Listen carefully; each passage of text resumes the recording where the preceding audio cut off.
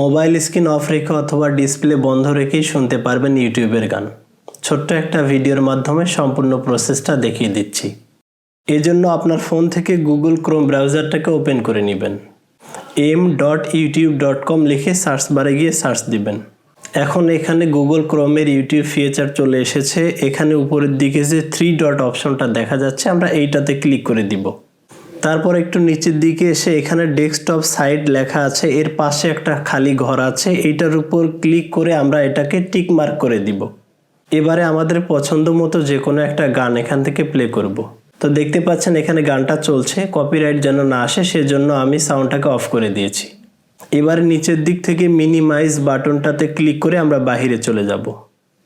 এবারে আমরা আমাদের ফোনের নোটিফিকেশন বারটাকে একটু নিচে নামাবো। দেখতে পাচ্ছেন এখানে গানটা অফ হয়ে আছে। আমরা এবার এখান থেকে গানটাকে চালু করে দিব।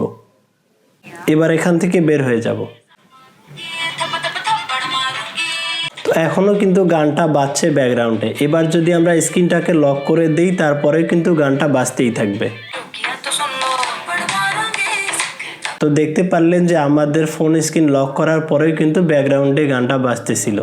অর্থাৎ এভাবে আপনি আপনার স্ক্রিনটাকে বন্ধ রেখে ডিসপ্লেটাকে লক করে ইউটিউব থেকে যত ইচ্ছা গান শুনতে পারবেন। ভালো থাকবেন সবাই। আজ বিদায় নিচ্ছি। আল্লাহ হাফেজ।